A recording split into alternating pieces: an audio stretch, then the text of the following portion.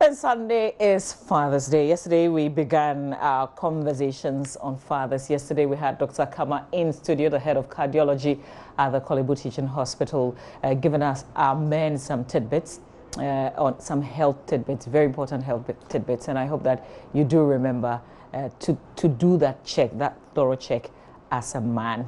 Today we want to continue. We want to bring our children into the conversation, and we've got the perfect guest to have this conversation with. So let me just introduce them to you. Reverend Father Raphael Japan Frimpong, Assistant Headmaster, Academics, Acting Chaplain, and Prefect of the Minor Seminary, all in Pope John Senior High School and Minor Seminary in Koforidua. He's also a Catholic priest of the Catholic Diocese of Koforidua. Thank you very much for joining us.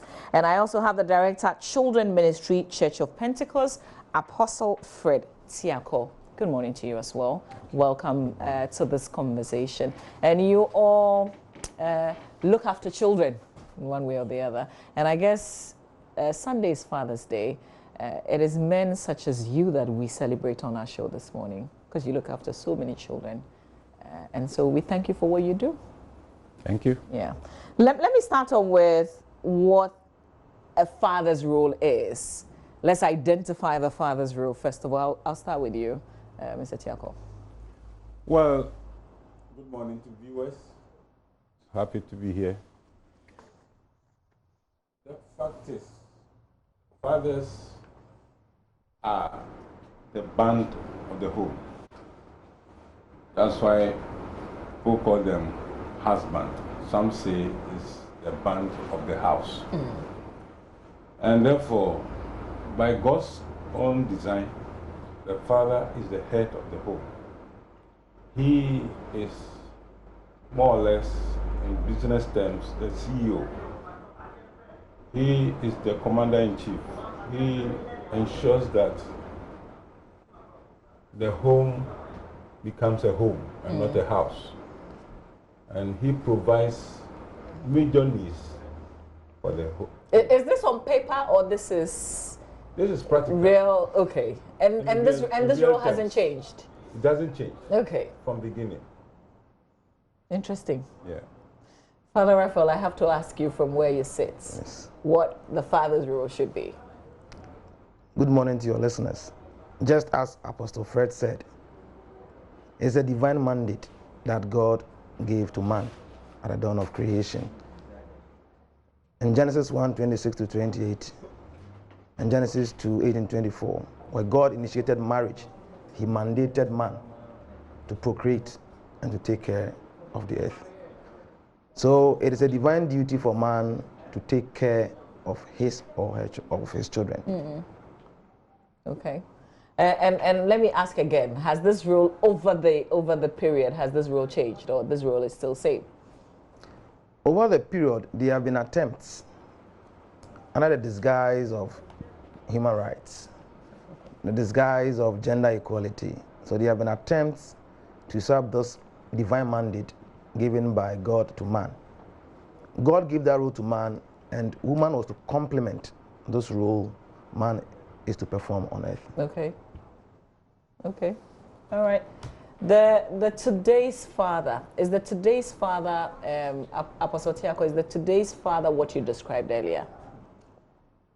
I would say this is relative, in the sense that in some homes this reality comes to play. Unfortunately, in contemporary terms, looks like it's being overlooked for many reasons, for economic reasons, for social reasons, and for other, maybe to satisfy their own selves.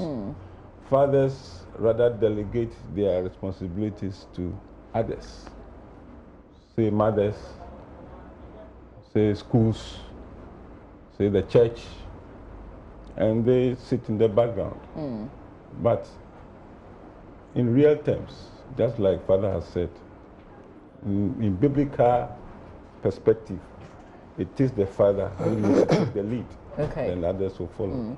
Let's rope in the children, the center of our conversation this morning. the father's influence in the child's life. And we'll talk about the child in general, and then we'll zero in on the boys. So what's the role of a father in the child's life from the beginning? Again, I'll start with you. Oh, because you are the children's ministry. Sure. So, yeah. First of all, who drops the children in the children's school? It should be the father. You see, as I said... But who does it? Being delegated to mothers and even house helps and others. I believe this will be shared responsibility if that should happen. But in real terms, it is the father who takes the lead. He's the initiator. So he makes sure that all requirements in the home are well met. So if the child should go to school, maybe it's even not wrong for the father to bathe the child and to dress the child. That's fine, because the father is responsible for all good things and at the same time all bad things. So he must make sure that the bad becomes good. So if there is some need that is not being met well, he has to set in, he has to intervene. So for the father to carry the child to school, I think is one of the most beautiful. One thing you must notice, the child is also watching. It's a very good monitor. So the child gets to know who takes extra care of that child. And the child will be so proud and happy with the father, for the father to carry that child to the school. The child will never forget it. When he grows, you'll always be remarking it. When I was a small boy going to school, it was my father who used to carry me. The child will never forget it. One notable thing is, anything that is meted out to the child is well noted consciously, and it's never deleted. It remains in memory. Yeah. Father Ralph, let me ask you a similar one, but you're at Pope John, so you see at the senior level who is closer to the boys. I mean, who is there for them? They say men must raise men. Is that the case? That has been the traditional perception, that men train men and women train women. But over the years in the senior high school, I've observed that the women are more closer to the students than the men. They visit more often. Okay.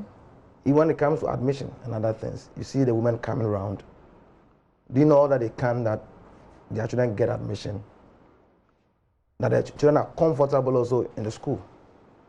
It's a few occasions you see the men coming. Okay. Even at PTA meetings, the women do more than the men.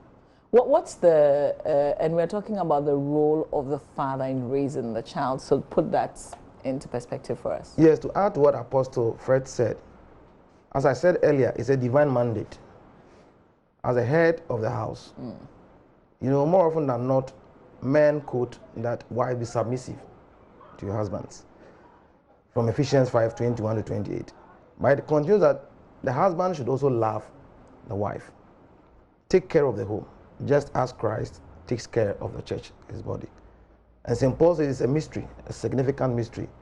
So as the head of the family, you as the first, as we say like primus inter pares, yes, you are companions, husband and wife. But you being created first and being the head of the family, it is your core mandate to ensure that the home is taken care of, and this includes the children. Moreover, as a father, you are a mentor for your child. If you look into the Bible, you see Abraham in Genesis 24 sending a servant to ensure that Isaac gets a wife, not from the Canaanites, but from his home country. It follows through the patriarchs. Isaac will do same, Jacob will do same. Even David will do a similar thing. So biblically, realize that it is their core duty as fathers to ensure that the children feel at home, they are loved, and they mentor them by being good examples for their kids. But more often than not, as Apostle said earlier, for diverse reasons, the men have to go out and work and then support the home, take care of the home. So they delegate or neglect these responsibilities to either the wife or the mother, the house help, or other people. Let's look at the effects of the absence of a father in a child's life. The effect of that.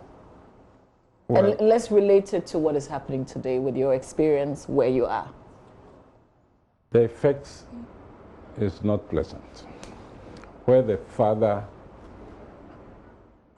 gives a big absence, and therefore all the responsibility, the fatherly responsibility as well as the motherly responsibility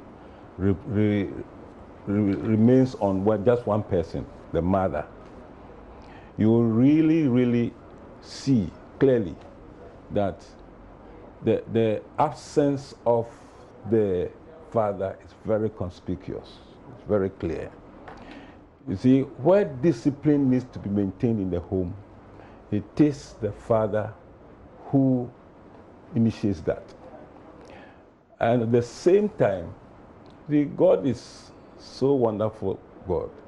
He does his things in a perfect manner. And therefore, by God's own design, as I said earlier, because the father has been ordained to be the overarching personality in the home, with his absence, you really realize that even spiritually, there is something deep that is missing in the home.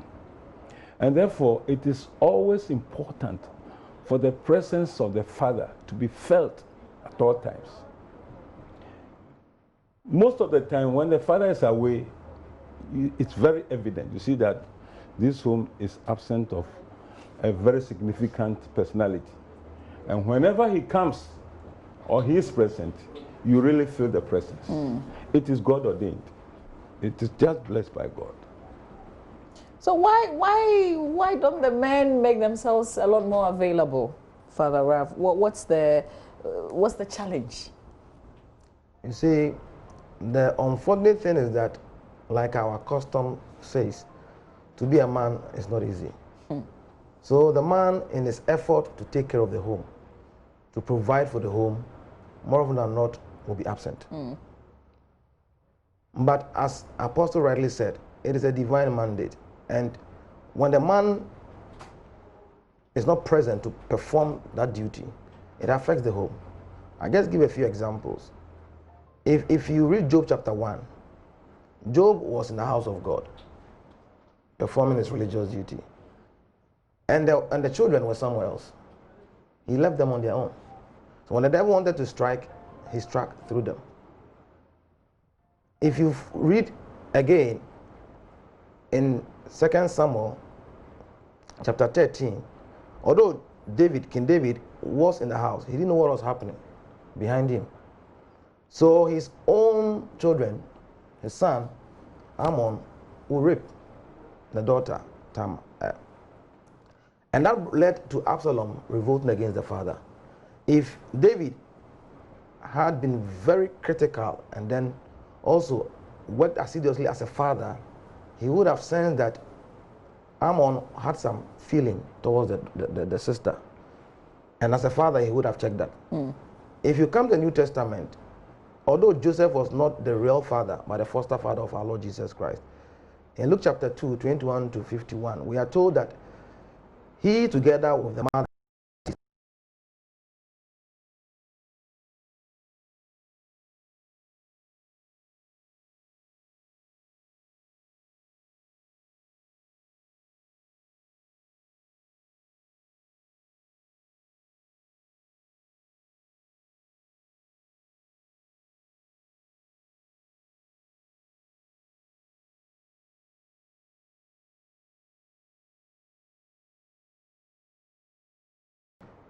you realize that the children lack certain things. And as Apostle rightly said, if daddy is not at home, it's a holiday. Everything goes. But when daddy comes, or they hear even the sound of daddy coming, you realize that children begin to behave well because they know the role that fathers are to play. Interesting. You wanted to add something to this? Yeah, just to add a little bit. You know, Ephesians 6:4 says that fathers, do not frustrate their children, but bring them up in the fear of the Lord. You see, the father's role, most of the time, especially among we Africans, we have that idea, that perception that it must be kind of a dictatorial and high-handed kind of authoritarian leadership. But that is not it. The father rather is that epitome of love, where you show concern and deep affection towards the children. And that happens by way of action. In some homes, like Father Ralph Bradley said, when the father is coming, even the sound of his shoes makes some of the children run away and go and hide. Why? Because they know that he's too strict. So this is not the kind of fatherly role we are talking about. We are talking about the God kind of father who has concern, love, and just overseeing the welfare. Okay. Of the So it's interesting you say that.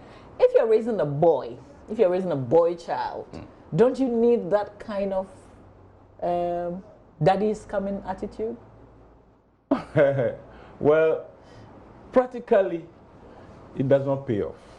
Where the daddy is so strict, high-handed, even his first day, then everybody is silent. No, that's not the best.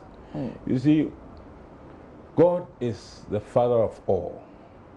He has some kinds of attributes that we who follow him must adopt. And that helps. That is God kind of love. Yeah.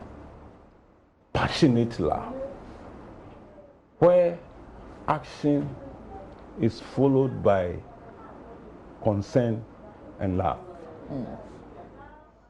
There was this father who was so principled that he ordered that if you do the wrong thing, I'll put you in the basement and lock you up. So that boy did the wrong thing. And the father went and put him in the basement, locked him up. Very dark. Just for his punishment. Why? Because he's principled. But in the course of the day, the father joined the boy there. The boy was crying and the father was also crying. I can't release you from here because of what you did and by my principle. But I feel for you. You shouldn't have been here. So next time, don't force me to do things that will not be to my desire. This is a passionate father. So that we don't just command or overrule because we are men. No. But we do it with passion and for even the child to understand us. You know, there are some punishments or some disciplines that the children even themselves understand. Say, I did the thing wrong, and that's why Daddy is punishing me. That is in the positive direction. Okay. Father Ralph, raising the boy child is certainly different. You are in, an all-boys school. I can't say that enough. Over the period, what has been the trend? What have you noticed, and what can we change about this trend?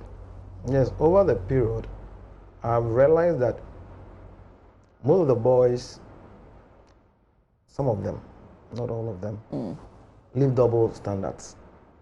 When they are home, they have a different character. Okay. When they come to school, they have a different character. We have had disciplinary cases where parents have been invited and they are shocked to hear what their wards or their boys have done because they don't know them like that at home. We've had an instance where the father said, the boy is always quiet in his room. And we had to ask him, if he's quiet, do you know what he does in that room? So I will say that it's not been easy, but through our counseling units, the chaplaincy, we help them out so that some of those errors or mistakes could be avoided. And as Apostle said, you see, as a father, we have been made in the image and likeness of God. So Philippians 2:5 says that our attitude should be like that of Jesus. And therefore, being that image of God, God is a father, as we say in the Lord's Prayer, our Father. In Exodus 32, when the Israelites made from their ornaments a golden calf, he got angry and wanted to destroy them. But when Moses interceded, he changed his mind. It didn't mean that he didn't love them. He loved them. If you read Hosea, he talks about the love, unconditional love of God for man, for Israel. And chapter said, the more he loves Israel, the more Israel moves away. And yet, John 3:16 says, for God so loved the world. Jesus at the time also got angry, took a whip, and then chased people out. But in John 6:1-15, we are told that he felt pity for them, that he had to feed them. So as a father, yes, you have to be strict. You need to discipline your child, because Hebrews 12:1 that God disciplines those he loves. And if you spare the rod, you spoil the child. But yet, in disciplining the child, it should be done with love. And if you read 1 Corinthians 10, it talks about love is patient, love is kind, love has a good heart, love does not think evil, love is truthful and all those things. So you blend the two. Being disciplined or strict, but at the same time, you do it with love. Yeah. And one of the problems Martin Luther had, his father was not loving. Was, let me use the word, over strict. So he could not understand how God could be a father. And it affected his ministry as a Catholic priest, an Augustinian monk, a priest. And eventually it even affected his teachings, that he had to be excommunicated from the church. So you need to blend the two. Because if you do not show that love to your kids, they will seek the love from outside. And that's what I've observed. When they come to school, friends will influence them. In showing that love, you should be, by protecting, you don't overprotect them or you pamper them to spoil them. But you provide their needs. You sacrifice to make them happy. And now God in Jeremiah 20, for I alone know the plans I have for you, plans of the future you hope for. So the father is supposed to help the child realize the future he hopes for by providing his needs, being there for the child, showing that love. But unfortunately, we have a lot of men, they get a woman impregnated and it ends there. Yeah. The absence of a father in the life of a boy child specifically can also have some effects. Definitely. Please take us through a few. You see, as we said, the presence of the father shapes up the attitude, the behavior, the manners of the child. And therefore, when the father delegates this responsibility to some other, do they even know that they are delegating? Those who delegate so-called? You see, they do it unconsciously. And others even deliberately do it. See, I don't mind. But it has very many negative effects. One of those is the child will grow up but undisciplined, will not be a disciplined person. Because in very disciplined homes, even some fathers communicate with just a wink of their eye, and the thing is done. So the presence of the father is very, very significant. Now, other things are the child will adopt a kind of a free will lifestyle where anything goes, and will be headstrong. They call it headstrong. In effect, it brings total indiscipline to the home because of the absence of the father. More so, especially where the needs of the child are not being met. Financial needs, social needs, psychological needs, intellectual needs. You don't pay the child's fees. You don't provide clothes for the child. You don't provide good food on the table. And the father will just be going up and down, neglecting everything, leaving whatever, just to the mother. Is very wrong. It will not augur well for the welfare of the child. It's interesting, both of you are coming from the church, so I have to ask the kind of intervention. Because who does the man listen to? Who does the father listen to? Sometimes they don't listen to the women. sometimes they don't want to see counselors. So who does the father listen to? And whilst I ask this question, I want to also activate the phone lines. One of the things that we want to do, yesterday we had all men calling us. Would appreciate that if men can also call and, you know, voice it out. If there's any kind of support that you're seeking, things that you want to ask, please go ahead. Give us a call on 0302-211-6912, 0302-211-6912. So my question again, who does, first of all, who does the father talk to? And who is talking to the father? This is where divine intervention comes in. And the representative is the minister of God.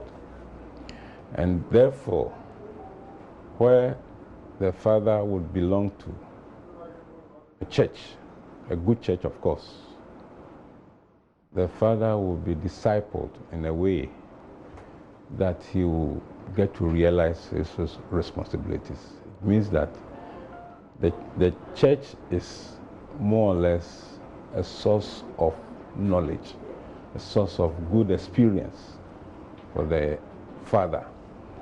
And definitely the pastor is the head of the church. And therefore, by relating with the pastor and other elderly ones in the church, the father will be able to talk to those people with his problem, and definitely a solution will come up.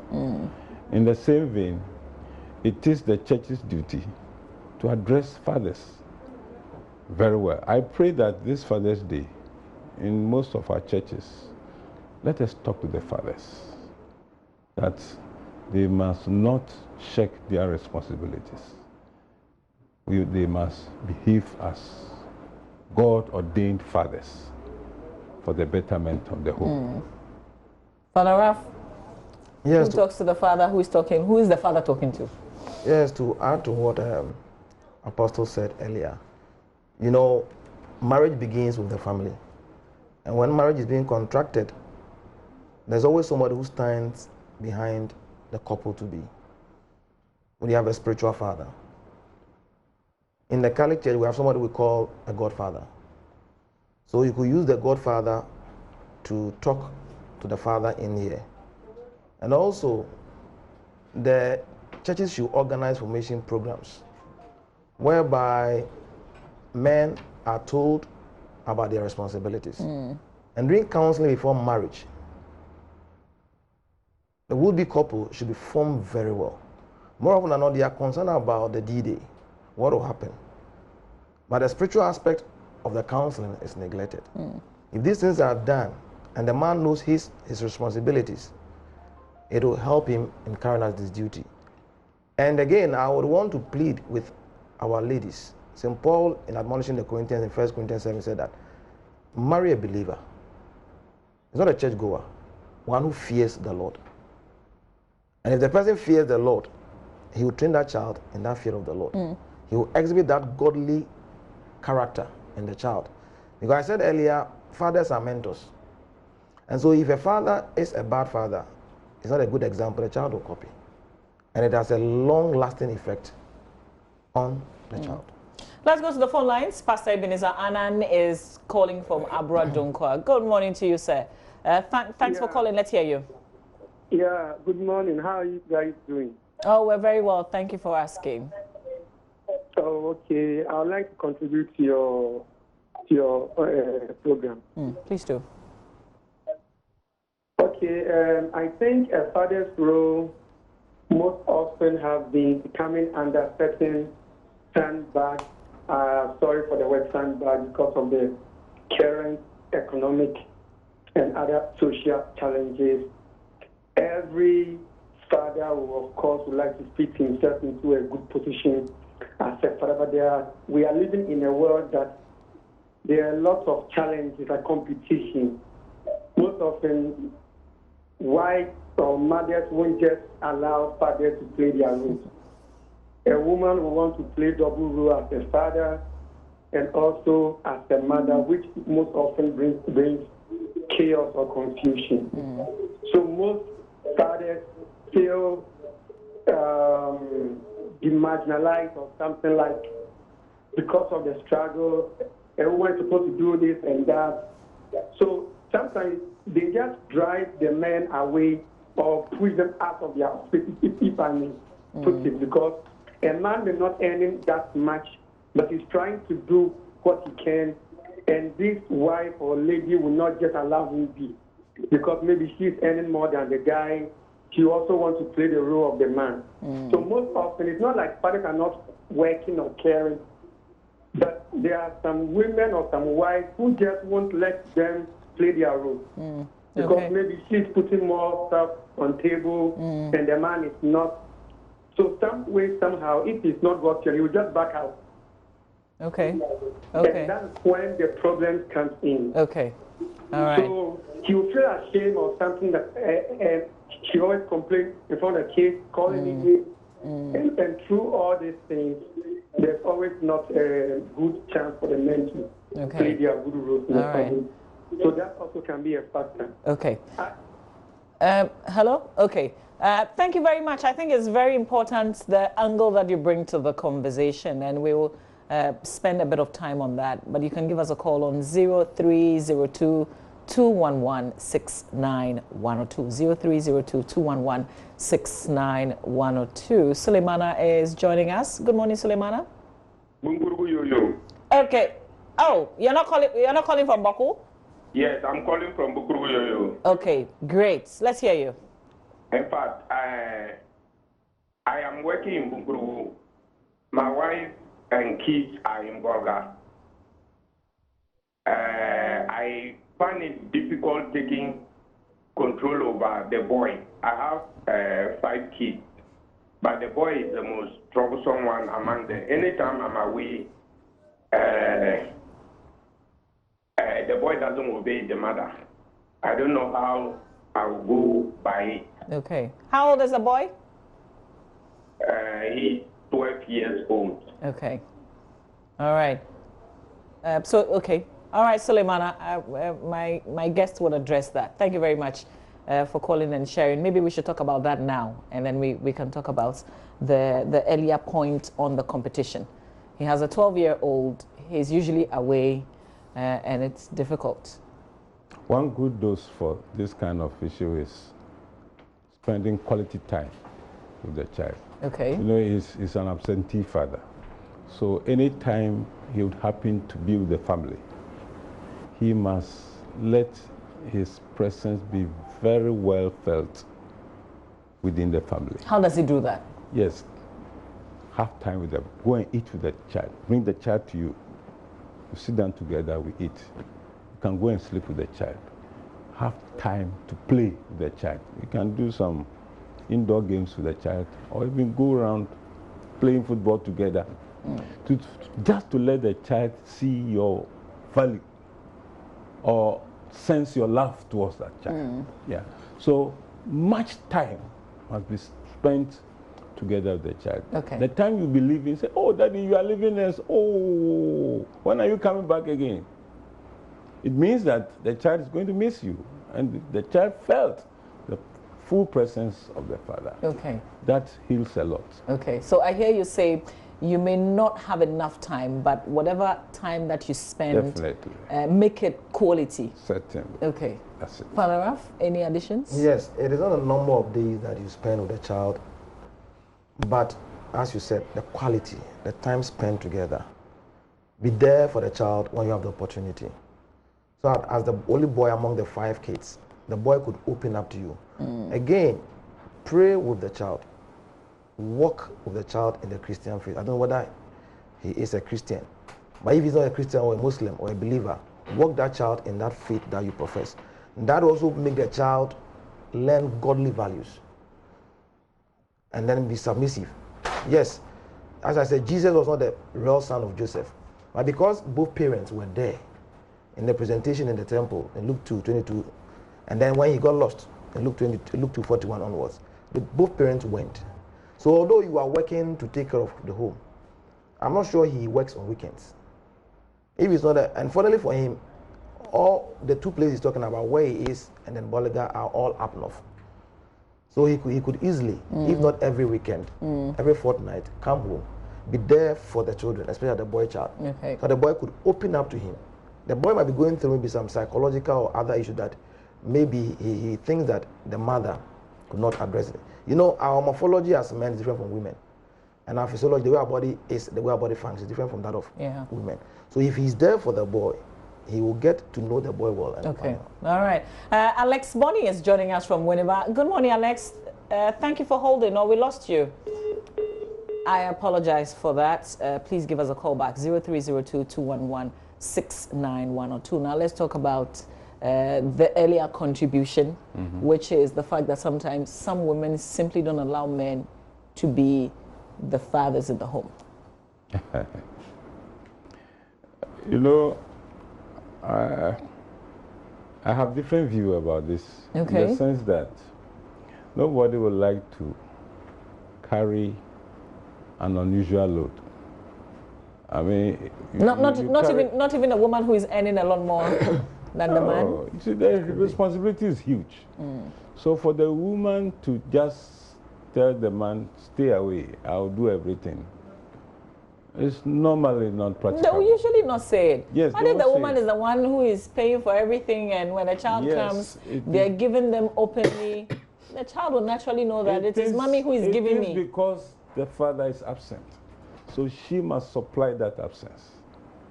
You see? So it becomes a kind of, I have to do it. There's nobody else to do it. And therefore, it becomes a forced responsibility on the mother to take that up. But for the mother to say that, oh, we don't need you, I will take up your role. It means that she's carrying, he wants to carry an unnecessary load. And that to be more than she can carry. You see, so in practical terms, practically, what is happening in the home is, it is the father who delegates that responsibility to the mother, and not for the mother to usurp it. I beg to differ for that. Okay, so Father, let me ask it this way. Maybe the man didn't realize that that was what he was doing, but he's come to realize now that it looks like the woman is taking my spots.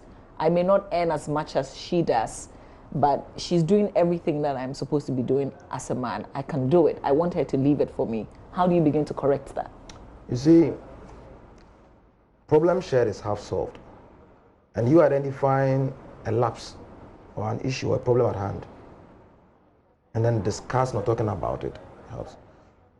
You know, one thing about most marriages is that people do not understand what marriage is all about.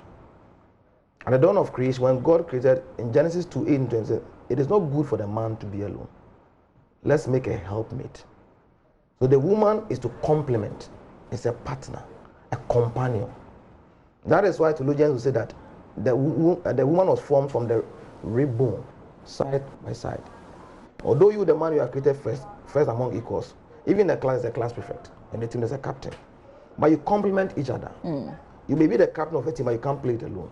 So either directly or indirectly, if you delegate your duties to the woman, some of these things will emerge.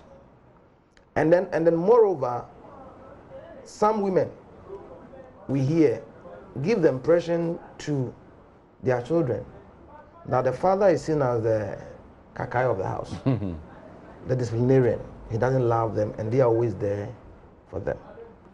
So I think that it starts from the counseling that most would-be couples do. If they are well formed, they know their duties, especially from the Christian perspective. Some of these problems will be curtailed or prevented. Interesting. Give us a call if there's anything on your mind, 0302-211-69102. We're having this conversation, obviously, because Father's Day is on Sunday, and people complain that we don't celebrate fathers enough. Well, we want to, but there are issues that we have to deal with. And it's interesting when we talk about fathers, some people say responsible fathers, but when we talk about mothers, when it's Mother's Day, nobody talks about responsible mothers. It's mothers in general. How do we begin to change the narrative from people changing, accepting, you know, how can we just accept that it's a father and not try to qualify and say is a responsible father? That title, I believe, will still remain a responsible father, because some are irresponsible. And for the mother, let's tag her with caring mother. Caring mother. Caring Okay, mother. just hold your thought there. Alex is back. I don't want to keep him holding because I don't want to lose you. Good morning, Alex. Thank you for calling back. Let's hear you. Good morning. I want to contribute a little, and then my two will be a question. Okay, please do. These experienced people can help me out. My problem is that I married a woman. It's been 6 years now. We are human beings. Anytime there's possibility we're going to have problems in marriage, and then there's a need for us to sit and solve it. Whenever there is a problem and we try to sit and solve, my wife will invoke curses. If there are items in the room, she would like to destroy them. Just recently, yesterday, we sat on issue, something I've seen that is not going well. We were trying to sit down and talk about it. She stood in front of me and slapped me. Some of these things, I'm a military man. Because of these problems, up and down, going to Dawson here and there, because of these things, I have actually resigned, come home for family, taking care of family issues first, making sure whatever has gone wrong is putting in order. But yet things are not working for me. When you tell this woman to go to church, she doesn't want to go. She has switched off to doing what she wants. It's been a burden. If any advice can come out of it, people should help me out. Thank you very much. All right. Thank you very much. And thank you for sharing. Really, really appreciate it. We will talk about it. Jacob is in Navarongo. Good morning, Jacob. Good morning, madam. Yes, sir. Thanks for calling. Let's hear you. Yeah, I want to contribute to the program. Please do. I think as a father, it depends on what you have learned from your father. If you're a father and then you realize that when you were a kid, what your father used to do to you people, when you are growing up, it helps you to adjust. That once I was a kid and I saw that my father was doing ABCD for us. So when you are growing and you are trying to remember what your father did, you try to do same to your children. Apart from that, like the gentleman who called that the child was naughty and whatnot, I started with the panelists. When you go home, it depends the way you spend your quality time with the children. I go home maybe every 3 months. When I go, even if I go out and spend time with friends, when I'm coming back home, I have something in my hand to come and call the children there, Charlie, this is what I have for you. Just yesterday, I called them and then I was chatting with them. I said, who do you see your father to be? He said, oh, Daddy, we love you so much. When you come home, if you go out, you bring out something, you bring out tilapia, you bring out toffee. So when you are going back, it's like a pain to them. They are missing you so much. So as a father, learn what your father did for you and adjust to that and do it your children. Okay. And they will never forget of you. Okay. Thank you, Jacob, for sharing your personal experience. We've got George, who is in Wales. Good morning to you. Good morning. Yes, sir. Please go ahead. You're on air. Yeah. I was just wondering whether your panelists have considered the dynamics of the family changing composition in recent times, modern times. There has been a lot of emphasis on the role of the father, and the family composition has now considerably changed. Oh, go ahead and explore that. I mean, it's a conversation, so you can bring your angle to it. Okay, yeah. Should I continue? Yes, please do. Okay, yeah. I was just saying that the Reverend Ministers have not touched on the changing compositions of the family. Family dynamics have changed over the last couple of decades, and the role of the parents have become diluted. I probably need. Yeah, I think if you look at the household families now, a majority of them are being headed by mothers. Parents, husbands or men have basically disappeared into the thin air. And that needs to be explored. There's talk about the Bible but the Bible has over the time failed to recognize that these modern dynamics have. George, the Bible doesn't change, oh. The Bible is the same. I was also thinking. I was also thinking. I was also. I beg your pardon. The Bible hasn't changed, but the reality is that things have moved on. Okay. Just a second. Just a second. Let's also take into perspective, because you're calling from Wales, so there's jurisdictional and cultural issues to deal with as well. I just wanted to draw your attention to that. Not really. And okay. Can I make this point? Yeah, that's right. Yeah, yes. Can I just make the point? Can I just make this point, please? Can I just make this point? I'm a social work practitioner, and so I know that the attitudes and prevailing.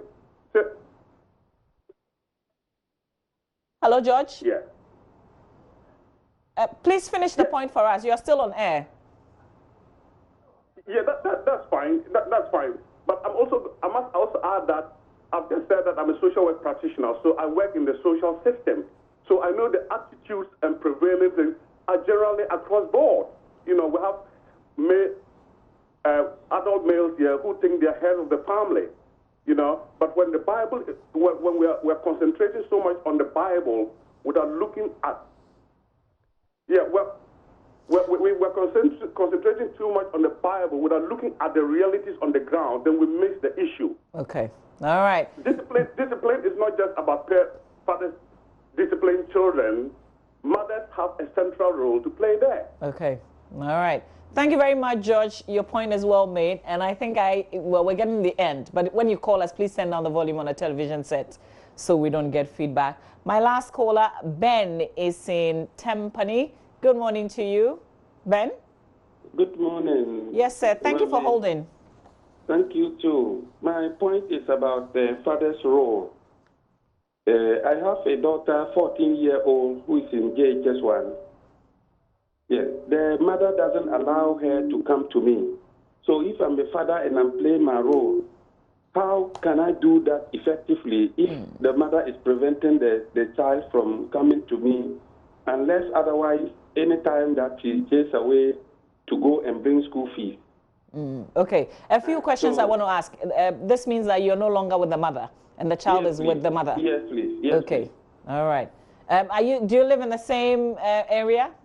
Yeah, we live in the same vicinity. The child stays with the grandmom. Okay. And the mother stays somewhere. So each time I appeal that, even Fridays come to me, maybe Monday morning you can go back to your school and do the week there. Friday come again. She doesn't, because the mother has an influence on her. Okay. Also, she can only visit me anytime she gets away to pay school fees. So this is the child making the decision not to come to you, but it's not the mother preventing her. I think it is the mother's influence, because if the mother says, go to your father and then maybe get that fatherly care or fatherly love for some time, she will come. And it's like she listens so much to the mother than the father. One more question, Ben. Have you remarried? Is there another woman in your life? Okay. Yes, please. All right. Thank you very much. Let me put the question to you. I want a quick one on there. George from Wales. Yes. Okay. Yes, we look at it from a biblical point of view because we are both Christians. But I'm also a sociologist. It was my major course in Legon.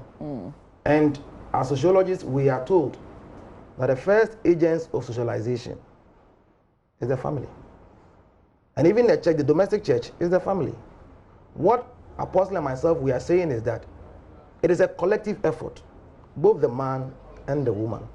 They should complement each other, not only biblically, even from our cultural perspective. It is the man and the woman. The man goes to see a family.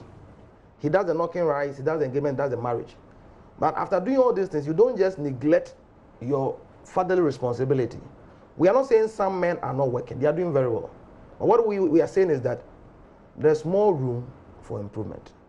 Men should not, in quote, hide under the disguise of providing for the family and neglect their responsibilities only to the woman. They should complement each other. Okay.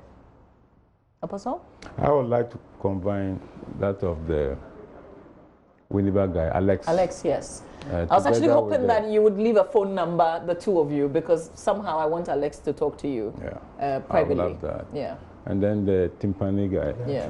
Yeah, you realize that there's a problem in the family. And I would strongly recommend counseling.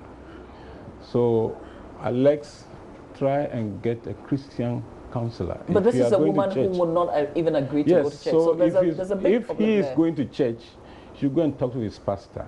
The pastor on his own and his wisdom would invite the woman, talk to her one-on-one, heart to heart, and then there will be amends. Or even a quick one, sorry, Apostle. The spiritual mother of the marriage, in contract the marriage, they say, so the spiritual mother, spiritual father, they could link the woman to the spiritual mother. Okay. To come in. Wherever there's a problem, there must be a solution. For in the case of the timpani guy, Ben, I realized that the marriage is not unified. You see, he's staying at a different place, the woman and the daughter also in a different place. I think he admitted that he has married. He's remarried. Okay. And this daughter, I think 14-year-old, is with the grandmother, but obviously closer to the mother. See, the ideal is for them to be in a home, not in houses. As I hear now, they are in different locations, and that makes it house versus house. So the one who communicates most to the child is the one he will gravitate to. So if they are together in one place, the communication will be better felt. So now the difficulty in the child, okay. I recommend that they come together, and then the father will be able to communicate to the daughter eye to eye. Okay, so based on that, I have a question, and this will be the last one. Then you have a program coming up, so we'll talk about it briefly before we wrap up. Where you suspect that the child has been influenced so much or listens to the mother so much. I mean, you are the man, and in this case, it's daughter and mother. How do you begin to break that bond? If not break that bond, how do you begin to make your way into the child's life? That can be very difficult. Well, the fact here is, if that bond inures positivity, fine, no problem. Okay. If the result is positive, there is no problem. But where that relationship is bringing a discord between the husband and the wife, then definitely it must be solved. There must be a way out. Okay. Father, okay. And the best is communication. Okay. The father must show love to the girl child so that the girl will know that both my father and my mother loves me. It's not only one side. Okay. Father, you're saying on that's what I wanted to add. You see, when you read the book of Hosea, it's God's unconditional love for Israel. The father should show that love to the child. You see, Rome was not built in a day. And in economics, the law of cause and effect. Something does not just happen overnight. So it means that the man should sit down, do an introspection, and find out what has gone wrong. If he identifies what has gone wrong, then it can be addressed. When he diagnoses the problem, then the solution can be perfect. But if he does not accept and think that the woman has maybe polluted the daughter against him, because if the woman is staying with the grandmother, it means that I don't know how they dissolve the marriage. There are laws to protect them. I don't know whether there's a law barring the man from seeing the daughter. Couldn't the man too have taken the effort by taking the daughter? Or it could be that because of the new wife, he doesn't want to offend a new wife, so the daughter should stay somewhere. So if you have allowed the daughter to stay with the maternal grandmother, then that affection will be there. Because your wife, the ex-wife, will feel comfortable or becoming more often to the mother than you, the man. So he should do his homework well. And if possible, get a counselor or those who are what you and work on some of these things. Okay.